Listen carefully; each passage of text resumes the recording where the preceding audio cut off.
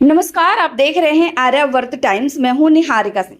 Iran America तनाव के बीच भारत ने समुद्र में अपनी ताकत का एक और बड़ा प्रदर्शन कर दिया है। आज का दिन भारतीय नौसेना के लिए बहुत खास है, क्योंकि देश को मिला है समंदर का नया सिकंदर, जिसका नाम है तारागिरी युद्धपोत। जी हाँ, आज 3 अप्रैल को राजनाथ सिंह विशाखापट्टनम में इस अत्याधुनिक युद्धपोत को भारतीय नौसेना में शामिल करेंगे।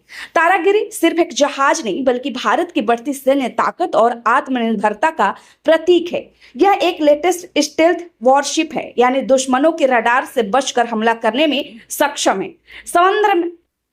समंदर में इसकी मौजूदगी दुश्मनों के लिए खतरे की घंटी है। इसकी सबसे बड़ी ताकत है ब्रह्मोस मिसाइल, वही सुपरसोनिक मिसाइल जिससे दुश्मन देश पहले से ही डरते हैं, यानी खौफ में रहते हैं। यह मिसाइल सतह से सतह पर बेहद तेजी से हमला कर सकती है।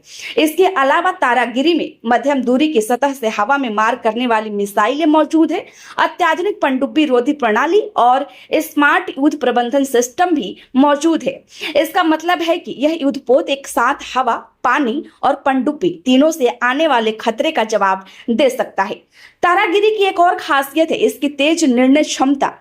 इसका एडवांस सिस्टम कुछ ही सेकंड में खतरे को पहचान कर जवाब दे सकता है, यानी युद्ध की स्थिति में यह दुश्मन पर भारी पड़ सकता है। लेकिन यह युद्धपोत सिर्फ लड़ाई के लिए ही नहीं, मानवीय संकट जैसे बाढ़, चक्रवात या अन्य आपदाओं के समय भी यह राहत और बचाव कार्य में बड़ी भूमिका निभा सकता है। यानी यह युद्धपोत युद्ध और मानवता दोनों के लिए तैयार है। अगर इसके आकार और ताकत की बात करें तो तारागिरी करीब 6,670 टन वजनी है। इसे Mazagon dock ship builders limited ने बनाया है। यह कंपनी भारत के सबसे बड़े और भरोसेमंद शिपयार्ड में से एक है। सबसे गर्व की बात है कि इस युद्धपोत में 75% से ज्यादा स्वदेशी तकनीक का इस्तेमाल किया गया है, यानी यह मेक इन इंडिया का एक मजबूत उदाहरण है। यह दिखाता है कि भारत रक्षा क्षेत्र में तेजी से आत्मनिर्भर बन रहा है।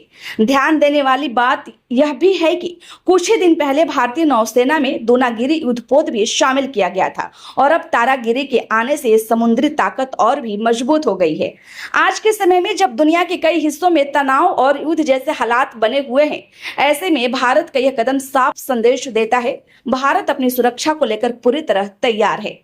तारागिरी के आने से न सिर्फ भारतीय नौसेना की ताकत बढ़ेगी, बल्कि हिंद महासागर क्षेत्र में भी भारत की पकड़ और भी ज्यादा मजबूत होगी पहले से।